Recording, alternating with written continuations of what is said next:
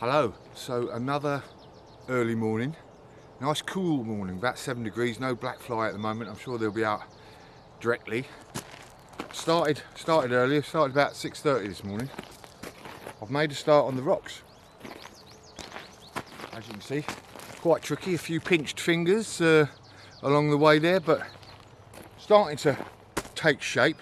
It's never, I've got a finite amount of rocks, so I can't get it exactly how I want it, so it's never going to match exactly. You've got angles going that way when, I'd want another angle to sort of match it, but it is what it is. I'm going to start backfilling now, so as you can see behind there, we've got a nice gap now. So I can backfill behind that, get the stones a bit more settled, and then I'll carry on with the rocks all the way around. But first I'm just going to give that a good backfilling around there with compost, and we'll see what it looks like. But quite pleased so far. Obviously I could have moved the rocks further up and sort of then the bed would be more level because they'd be higher up the hill, but I want a decent sized bed, so that's good. And that's sort of where the pine branches came out before. So yeah, I'll carry on. So I nearly forgot, when you're creating a raised bed, a deep raised bed like this, it's always a good idea to throw and fill up the bottom half with some old logs, branches, etc. And that gives you, there's 2 or 3 really good things. First of all, obviously it fills it up and you ain't got to use so much compost, which is actually, the only thing that's cost me money here. So these logs don't cost me money, so I don't have to use so much compost. Good. They act as a sump, so when it rains and the earth gets really moist, etc., this will suck up a lot of the water and make the area not as wet, but keep it damp. And then when it's dry, it will release that water and the plants can get access to it. So it's a real good water regulator, acting as a sump. And then also, as it breaks down, it will feed the microorganisms in the soil, which in turn will feed the plants, and the plants will feed the microorganisms, and that symbiotic relationship is created. So a really good resource to use, and I've got lots of it around my property.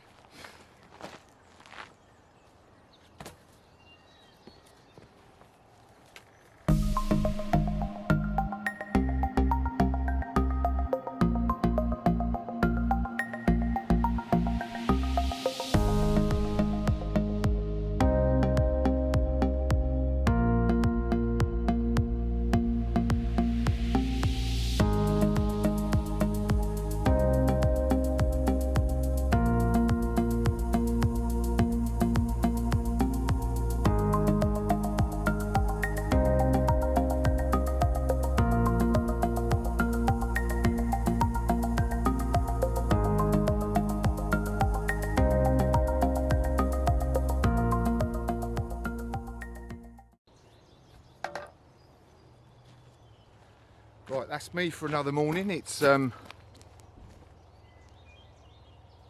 20 to 8. Time for a quick shower before work. Black fly just coming out now, so good timing. Good start.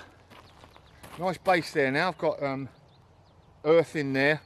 The rocks are against it, so they're nice and secure now. Happy days. Well, good morning, ladies and gentlemen. Bright and early again, and I've completed the big stone part of the project, where I've got all obviously the big stones that I've rolled from down the bottom there, brought that up here, and also the deep part of the project, where these big stones have formed a nice well. It's a good 2 foot deep, maybe a little bit more in places, but things weren't growing underneath there, so I didn't put anything underneath. I just put earth down. Now as I go round the rest of the project, the rest of the area, things, lots of different plants were growing there, you know, the Rosa rugosa and all that other stuff, weeds, etc. So what I'm going to do now is I'm going to lay cardboard over the area. Now I've been saving my cardboard up, whether I've got enough I'm not too sure, but let's have a look. I'm going to start laying that cardboard before I start doing the rocks again in the area. So that's next. Cardboard on the way. And obviously the cardboard is there to act as a mulch and to black out all the weeds, so you know the light doesn't get to the weeds, so they can't grow. Some of them, you know, the roses and things like that, some of the tough weeds will punch their way through in the end, but as a rule I've found it, you know, a good 80% of the weeds it cuts down on, and then I'll just lay the earth on top of that, and then eventually the cardboard will just break down and feed the soil itself. So again, another bonus. Great stuff.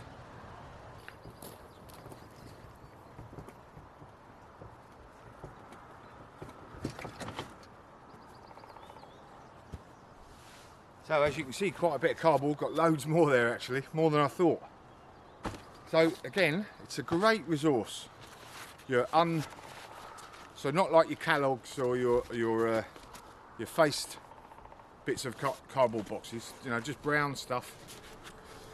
And this will work really well, nice and thick, and it'll work well as a mulch. And as I said, it will break down and then feed the soil later on once it's done its job of sort of killing off all the weeds. So I'm just going to lay this down. I'm going to wet it as well. So once I've laid it all down, I'm going to give it a good wetting so it makes sure it sort of is nice and pliable, so the earth can just go down on it and it'll more easily sort of rot down. What else is there? And I'll just weigh it down with some rocks here and there, make sure it doesn't blow off before I put the earth on. Although, another beautiful morning here in Nova Scotia. Oh, here come the black flies. Another beautiful morning, no wind, so I don't expect it to go anywhere.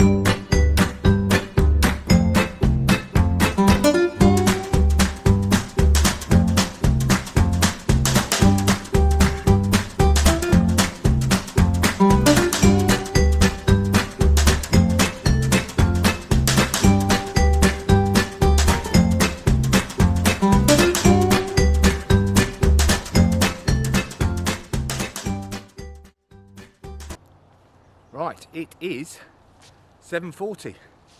Time flies when you're having fun. It's looking good already, I think. You can, yeah, I'm really pleased with it. Obviously got a bit to go here, and I've got to find all the rocks that I need to make this a little bit higher around here. But I think I'll come back later on this afternoon actually. Be damned to the flies. When I finish work. Right, just in time for, just enough time even for the 4 S's. Shower, shave, shampoo, and I won't say the last one, before work. My naval career has taught me that I can do it in about 12 minutes. Anyway, I'll see you later. Well, good morning again. Another morning, another beautiful morning here in beautiful Nova Scotia. I've made a bit of progress last night. As you can see, started moving on round. I'm onto the smaller rocks. Not too sure about them at the moment. I think they'll obviously start to grow on me once they're there and they're covered with plants, etc. Talking of plants, I've even made a start on and putting a couple of plants in on the far end there. Now they may look small and insignificant at the moment, but with a couple of years, hopefully, they'll soon look like the other parts of my garden that has the creeping phlox in it at this time of year. I tend to let it take over a bit actually, but what an absolutely riot of beautiful pinks and purples there are down the far end and on this bed here. Absolutely stunning. It actually makes my heart skip when I come out in the morning and see the zing of the pinks at this time of year. It's a beautiful colour. But enough of that eulogising about all these beautiful colours. I need to get on and do some work. Hopefully I'm going to finish this today. So just got to start going round now, and then we might put some more plants in at the end of it, shall we? I'll get on with it then.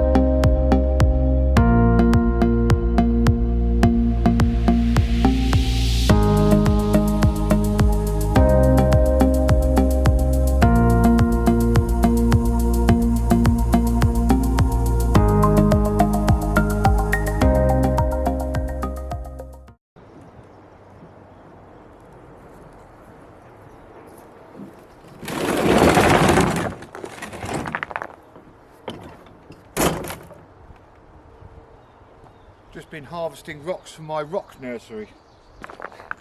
I've got various ones around the garden. You just wouldn't believe how many rocks there are in this garden. Literally every couple of feet when you dig, there'll be just rocks, rocks and more rocks. But at least it's allowing me to harvest a free resource to make what should be some pretty borders, walls. I'll get on with it.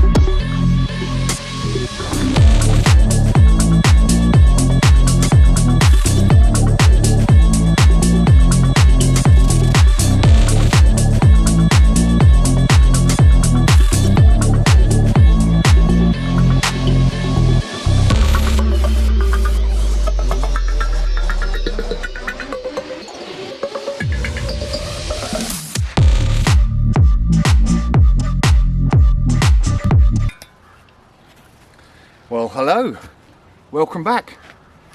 I've got a bit ahead of myself. I thought you're not going to want to see even more wall building and me chucking earth onto things, so I thought I'd get on with it, get it finished and let you see the end bit. I've even put some plants in. So this is another morning, last morning now, I'm basically finished, and I'm really pleased with it. As you can see, I've gone all the way round with the stones. Not so pleased with the back end, which we'll come to in a minute, but as we go round, you can see I've got the creeping phlox. I've put the creeping phlox all the way round. Well, not all the way round. I'm starting to put it as far around as possible, and hopefully in a couple of years' time it'll be like the other parts of the garden and be a sea of pinks, purples, and that hot pink there, my favourite one, all the way round at this time of year. So that'll be absolutely beautiful. And the stones have gone all around. I like the top end there actually, even where I've got the small stones, the top end, I'm pretty pleased with that. It looks good. So when we get round here, not so pleased with this back end. I don't know, it looks a bit higgledy-piggledy to me, which of course a stone wall is going to, but just not like it at the moment. Maybe I'll get used to it when there's some plants over it, or if I find some other rocks in my digging over the next few months or so, I'll replace them. But so as I said, I've got some plants in already, like this creeping phlox, and that's easy. I've got it all over the garden, and literally you can just tear it off the actual parent plant, bung it into the earth, and it'll grow, no worries at all. So that is good. I've just divided a hosta. As you can see here, it was one hosta, and I've divided it into 1, 2, 3 plants. So, you know, from one hosta, I just went over there and dug it out. 3 plants, beautiful. I've also pulled out some hardy geraniums around the back end there and on the side here. Lovely pink flowers, so they'll sort of fill out and make a bit of ground cover as well. They don't mind a bit of shade. Obviously, I've got to think about shade in some parts of this, even though this bit here gets quite a bit of sun. The other side is mostly shade, so hardy geraniums for good ground cover, hostas like shade, things like that. And I've also, on this side, because it's like dappled shade and then sort of sun later on in the afternoon, I have planted like what I'm calling a river of foxgloves all the way around. They won't flower this year, and foxgloves are biennials, so they'll flower next year. They'll grow up nice and strong hopefully this year, and next year they'll flower, and then they'll self-seed, no worries at all. So they're beautiful, and they're sort of on the edge of woodland plants, so they don't mind a bit of shade, but they also like a bit of sun as well, so that's good. Foxglove. And then I'm just going to look around my garden now and generally sort of fill out at the moment, and then you know, when I get a chance, when sort of lockdown finishes, I'll go down the garden centre and get some more different plants, because otherwise I've just got the same plants everywhere. But you know, for now, for fillers in, excellent. 5 days work, hard work with the stones and hard work with the digging, but you know, I didn't have to do any weeding. You know, with the cardboard down, I didn't have to dig up. That is one of the major things when you're sort of creating a new bed or a new area, is digging it up. You don't have to do that. Nice bit of cardboard down, then earth on top, and you know, if you want to plant in it straight away, you can make little slits in the cardboard and dig into the ground, but then you're only digging a tiny bit then, which is okay. So that's good for the back. Think about this. Veg planting, you know, a lot of people raise beds, you know, I grow in raised beds. If you're in an area like me with all these sort of rocks lying around, why not use rocks to make a raised bed? Look at it, done just as good as, you know, timber, ridiculous prices at the moment, so rock is a good alternative, and it flipping looks good as well, doesn't it? Nice one. So I am definitely going to say job is a good one, and I'll see you later. I've been neglecting the rest of the garden for the last 5 days. Weeds all over the manor, so I better get amongst that.